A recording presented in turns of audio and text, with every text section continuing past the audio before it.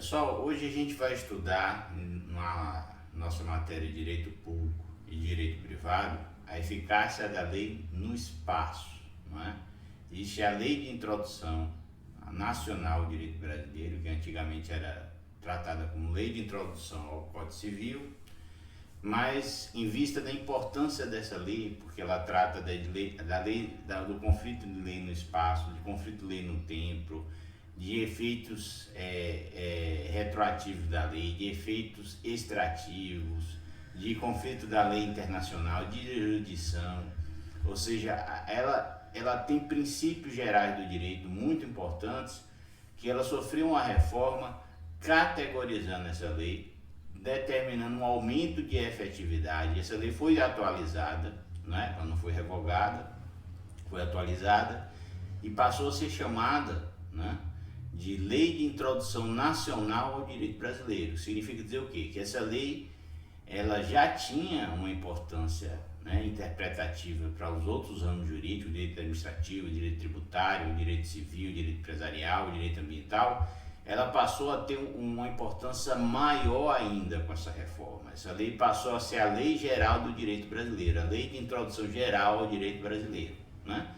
E um papel que ela vem cumprindo muito bem, tanto que ela foi reformada, atualizada, mas não foi revogada, que é a Lei 4.657 de 42. Então, a Lei de Introdução ao Direito Brasileiro, ela disciplina os seguintes assuntos: vigência e eficácia das normas jurídicas, conflito de lei no tempo, conflitos de lei no espaço, não é? Aplica-se que lei? A municipal, a estadual, a federal, não é? Conflitos critérios de hermenêutica jurídica, ou seja, interpretação, como é que se interpreta uma lei para chegar a uma aplicação correta da norma, critérios de integração do ordenamento jurídico, né? Como se tem uma lacuna jurídica, como é que você preenche essa lacuna, a gente já viu em parte como isso é feito, e normas de direito internacional, público e privado, certo?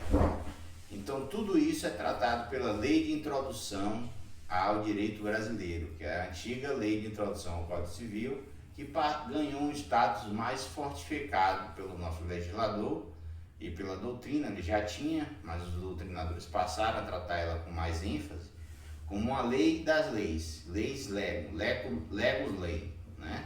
A lei que trata de leis, a lei que trata da aplicação da norma. Daí a importância do manancial valorativo, principiológico, normativo desta lei, porque ela vai instrumentalizar o teórico do direito e vai determinar qual é a melhor aplicação do fato jurídico e qual é a norma mais aplicável àquele fato jurídico. Tudo isso decorre desta Lei de Introdução ao Direito Brasileiro, certo?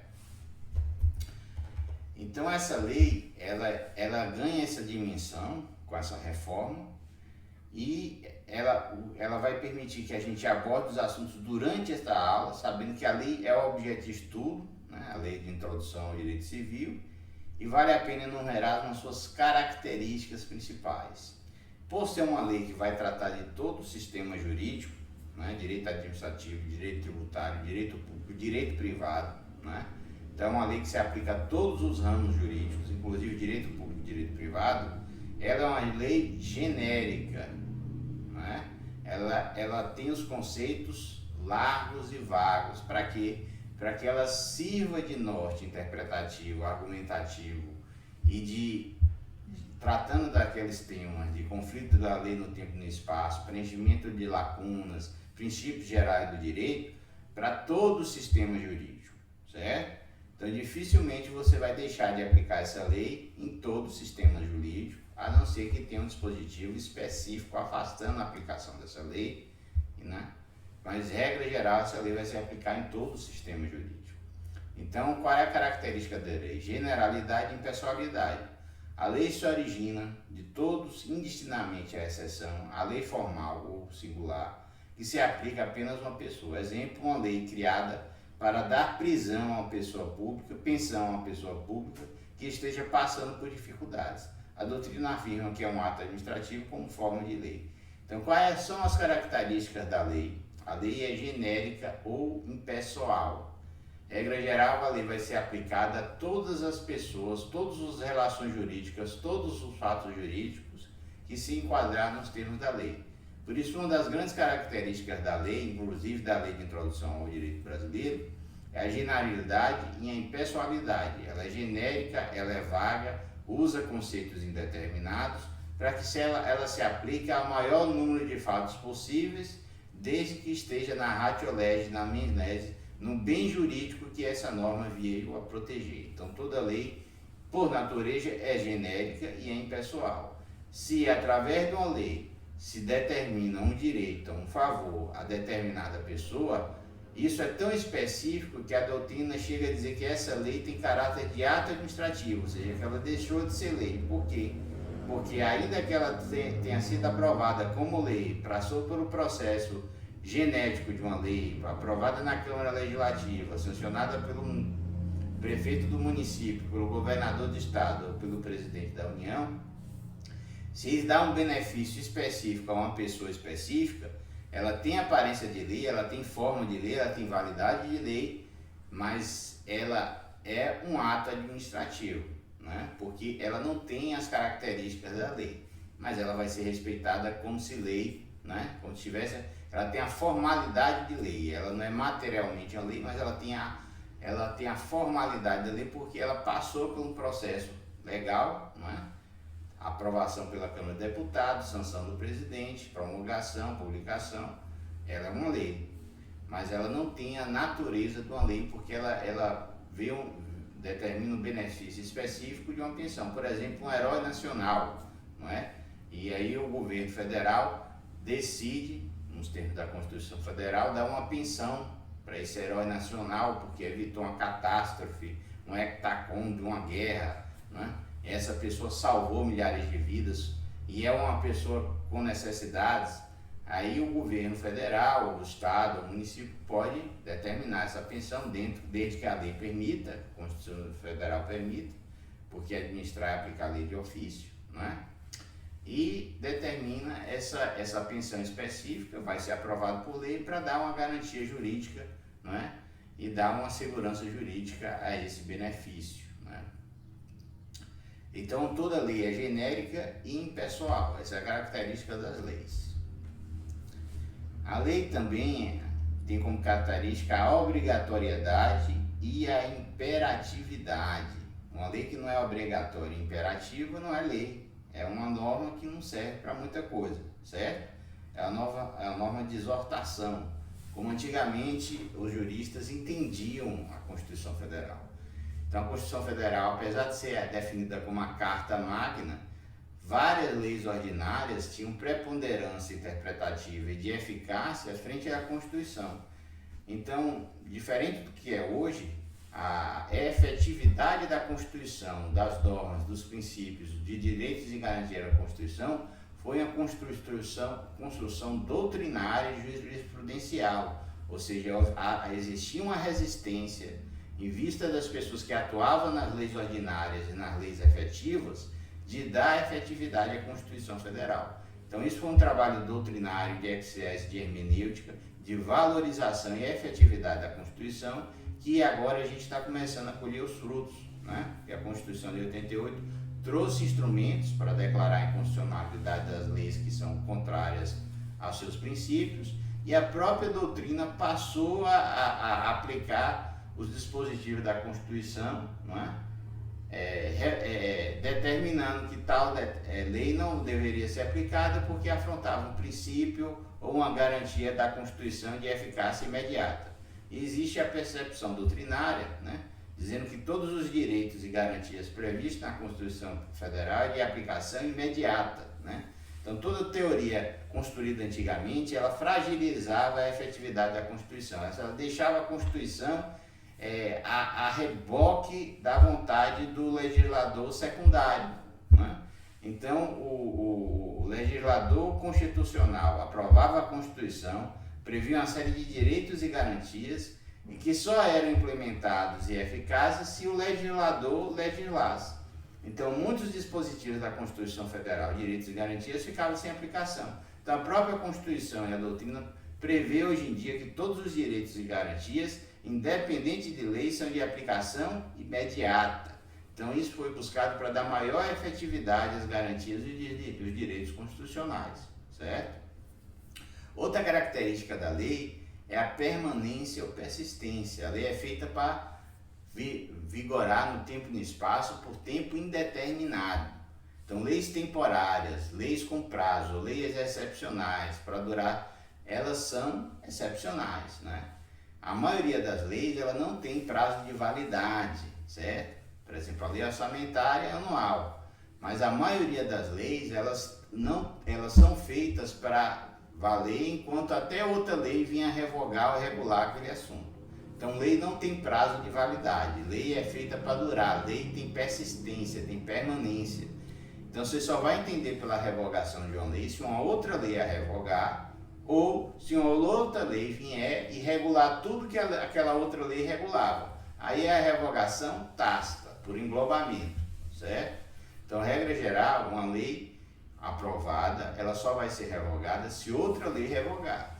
Então, não é porque uma lei está muito tempo no sistema jurídico que você vai entender que ela caducou automaticamente porque ela já passou o prazo de 30 anos. Não tem prazo de validade. A lei pode ser de 1800 e tanto, 1902 e vai continuar vigindo, valendo, desde que ela seja, né, para e passo, concorde com os termos da Constituição Federal, senão ela pode ser declarada inconstitucional. Ou seja, uma lei antes da Constituição Federal é recepcionada pela Constituição Federal. Se ela não colide com os princípios, direitos e garantia da Constituição Federal, ela vai ficar valendo até que uma outra lei a revogue explicitamente ou tacitamente, se outra lei regular tudo que a outra lei regular, certo? Então, as leis, elas são permanentes e persistentes. Você não pode interpretar uma lei e dizer que ela perdeu a eficácia porque é uma lei antiga. Não existe esse princípio jurídico de perda de eficácia por vigeu há muito tempo, ou prescreve. A lei não prescreve, certo? A lei regula os fatos, regula a prescrição e a decadência, mas a lei não prescreve nem caduca, certo? A lei, para deixar de existir, ela tem que ser revogada de forma expressa, ou ela tem que ser declarada inconstitucional, ou outra lei tem que vir regular todos os fatos daquela lei, e por englobamento a outra lei perde o objeto de regulação, perde a validade, porque a nova lei regulou tudo que ela regulava, certo? Então, a lei é obrigatória e imperativa, porque essa é a natureza da norma, frente, por exemplo, ao moral. Então, a lei, geralmente, ela tem a sanção. Se você não cumprir, você vai ter uma sanção administrativa, civil ou penal. Administrativas, civil é patrimonial, dinheiro. Administrativa, proibição de fazer, deixar de fazer alguma coisa sob pena de multa administrativa. E a pena de direito penal é privativa de liberdade, certo? Tem algumas penas acessórias, né, pagamento de cesta básica, mas a natureza do direito penal é privar a liberdade. A pessoa, né, determinada condenação começa a cumprir em regime fechado, vai para a cadeia. Então, direito penal, a ameaça é perda de liberdade, privação de liberdade. Esses são os tipos de sanção: sanção civil, sanção administrativa e sanção penal, certo? A lei também é autorizante, né? Se a lei for violada, o ofendido pode pleitear uma indenização por perdas e danos caso tenha sofrido um prejuízo em virtude da não cumprimento da lei. Então, lembra que se você, ao arroar um carro, cruzar o sinal, você descumpriu uma lei de ordem pública, que é a lei de trânsito. Se advindo disso, você já praticou um ilícito administrativo, porque passível de multa, você já configurou a má conduta.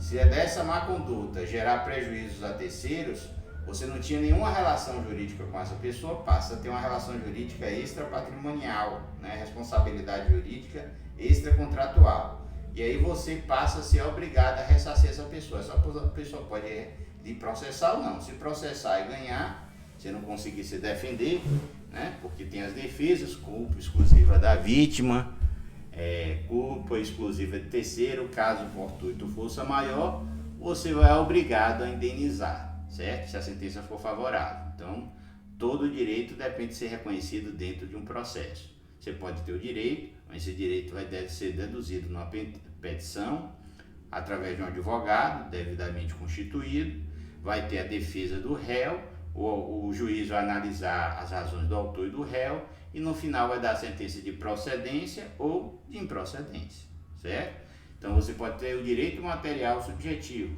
mas esse direito vai ser posto à prova no processo civil para que ele seja aprovado e reconhecido através de uma sentença transitada em julgado.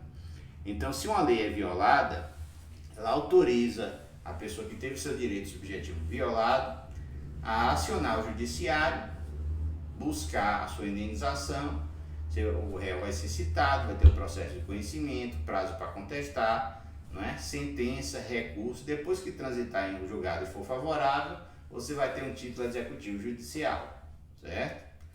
Então a lei autoriza você a agir buscando defender seu direito. Por fim, a eficácia da lei no espaço, né?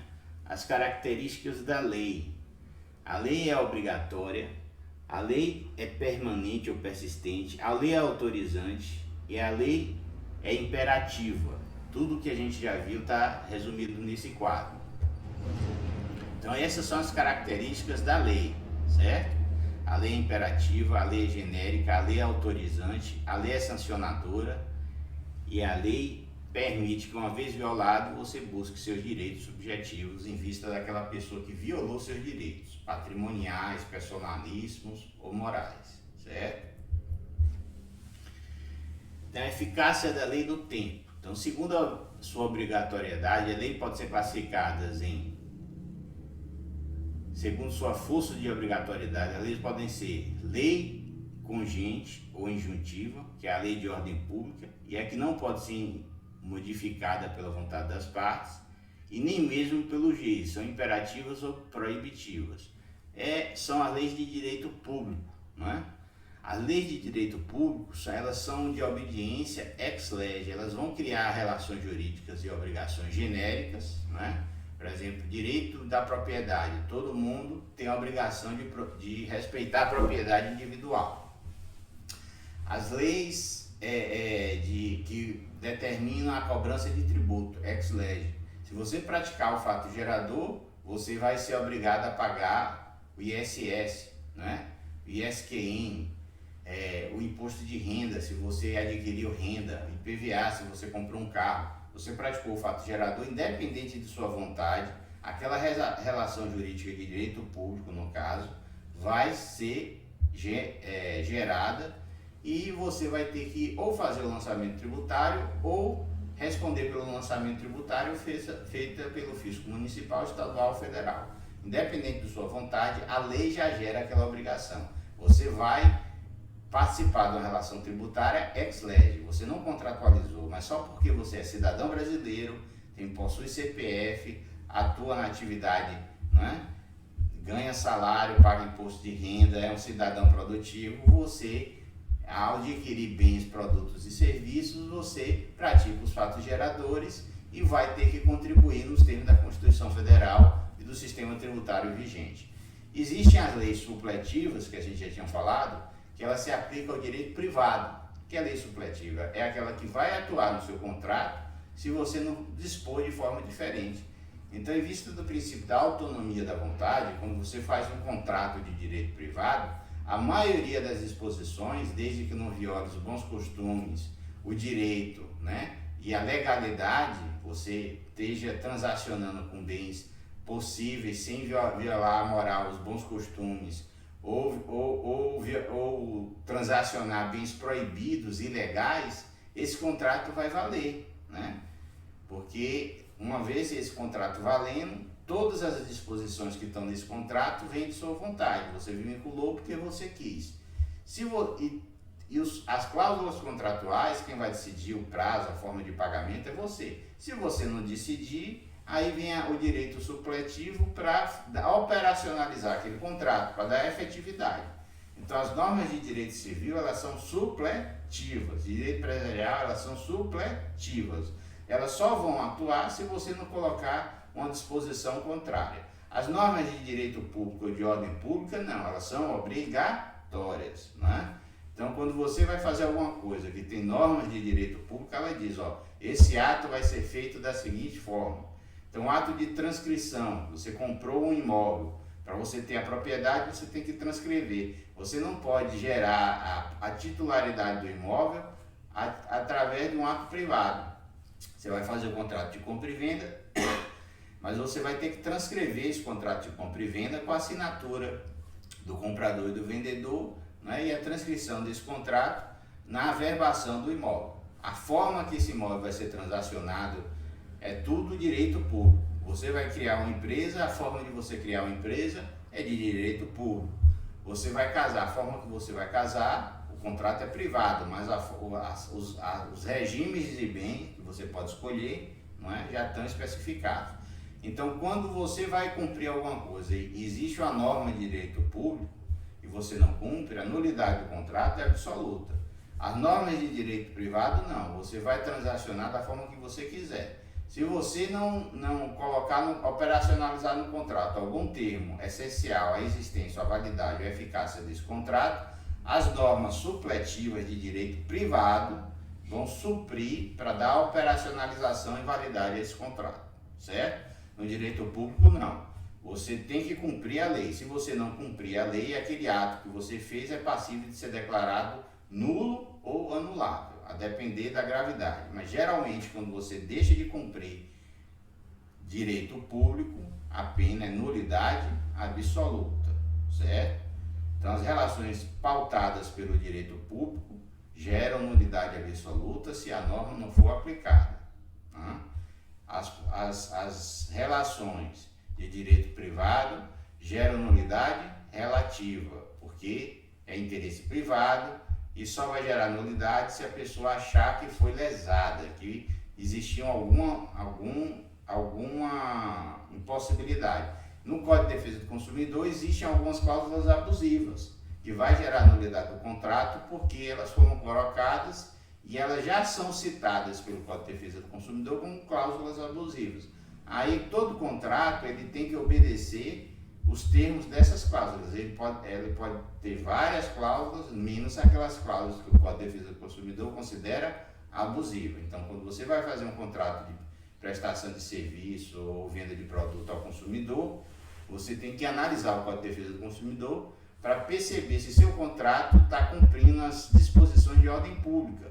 Porque ainda que o Código de Defesa do Consumidor trate de relações privadas, né, onde geralmente as normas são de ordem supletiva, onde existe a liberdade de contratar, alguns interesses são tutelados pelo Estado em vista da hipossuficiência do consumidor e, nesse caso, as disposições de direito do consumidor são de ordem pública. Se o contrato prevê contrário aos princípios de disposição de ordem pública previsto no Código de Defesa do Consumidor, essas cláusulas são nulas, quiçá o contrato inteiro, certo? Então, quando você tem disposições de ordem pública, você tem que observar ela no contrato, nas suas atividades comerciais, empresariais e com o setor público, de forma obrigatória. Porque se você não observar, você vai estar comprometendo a sanção automaticamente, mesmo que não seja de sua vontade, passível de receber uma multa, né? Passível de receber uma cobrança, porque você deixou de praticar um ato que era obrigatório, e passível até de cometer um crime tributário e responder por esse crime tributário se você sonegou imposto, tributo, né? Praticando alguma fraude ou ilícito tributário, que no direito tributário penal vai ser penalizado, você vai responder o processo, se condenado, você vai cumprir a pena, né, privativa de liberdade. Então a lei pode ser congente ou injuntiva, que é a lei de ordem pública, ou ela pode ser uma lei supletiva, né? Congente ou de ordem pública é uma lei que todos têm que obedecer. Todas, mesmo que vai fazer um contrato, se aquela disposição é de ordem pública, você tem que prever no contrato. Se não prever, é como se ela lá estivesse. Você só não pode colocar contrária à lei, porque essa cláusula vai ser nula, e se ela for essencial ao contrato, todo o contrato vai ser declarado nulo. Daí a importância das leis congentes ou injuntivas. A desobediência a essa lei de ordem pública gera nulidade absoluta. No direito privado, A desobediência às cláusulas supletivas não gera nulidade ou gera nulidade relativa, certo? E a desobediência às leis congentes ou injuntivas gera a nulidade absoluta. Essa é a diferença fundamental entre as disposições de direito público, que geram nulidade absoluta, e as disposições de direito privado, que geram nulidades relativas ou não geram nulidade nenhuma. Eficácia da lei no tempo, né? Segundo sua obrigatoriedade, a lei pode ser classificada em lei congente imperativa, não é? Que é a ordem de um certo comportamento. Por exemplo, o comerciante não pode escolher para qual cliente vender a mercadoria. Veja que a gente falou isso do Código de Defesa do Consumidor, né? Você não pode ter uma empresa vender o produto e fazer discriminação ao consumidor, para você eu vendo, para você eu não vendo. Então é uma lei congente imperativa, tutelando a igualdade, tutelando a impossibilidade de discriminação de raça, de cor, de condição social, condição financeira, né? Então a pessoa ela pode entrar numa loja só para rico, mas ela tem que ser bem tratada, ainda que ela não compra nada, certo? É obrigação, é uma lei congente imperativa. Se essa pessoa for destratada, humilhada, essa empresa vai responder por perdas e danos, certo? Porque o ser humano, o princípio da dignidade humana, é tutelado pelo Código de Defesa do Consumidor, é tutelado pelo direito civil, é tutelado pela Constituição Federal. Então, muito cuidado quando você vai atuar com a loja, porque todos devem ser bem tratados, né? Independente de sua classe social. Você não pode fazer uma loja para rico e achar que você vai tratar bem o rico e quando chegar uma pessoa pobre você vai ter autorização de tratar mal. Não. Por mais inteligente que vocês imaginam que você seja os seus vendedores, oriente seus vendedores a tratar todo mundo bem, não é? Porque você pode sofrer uma ação indenizatória pesada, não é?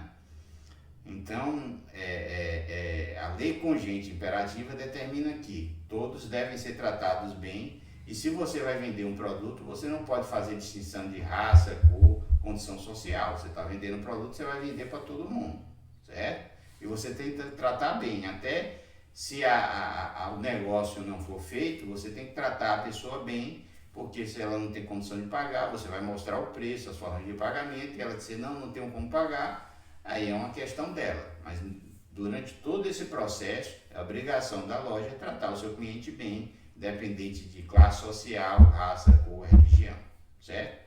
Não é porque é minha loja, é minha propriedade, eu faço o que quiser. Esse é um pensamento ultrapassado, né?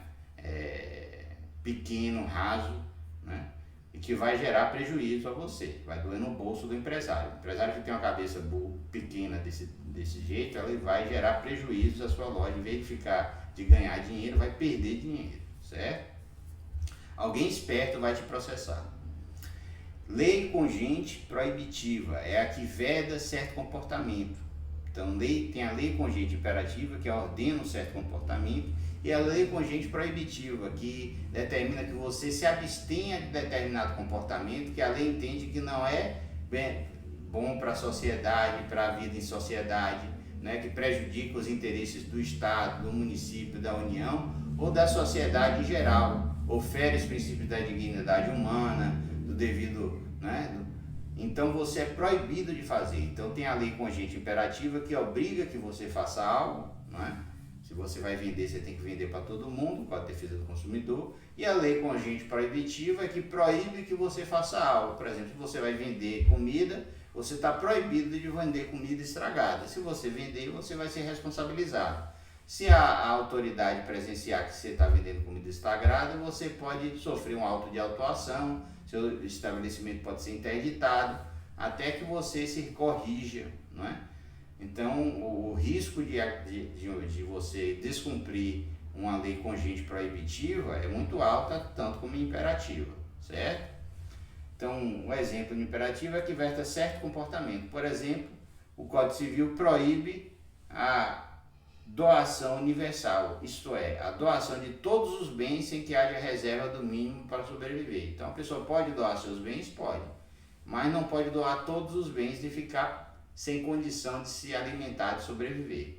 Se ele fizer isso, essa doação é nula, nulidade absoluta, não é nulidade relativa, nulidade absoluta.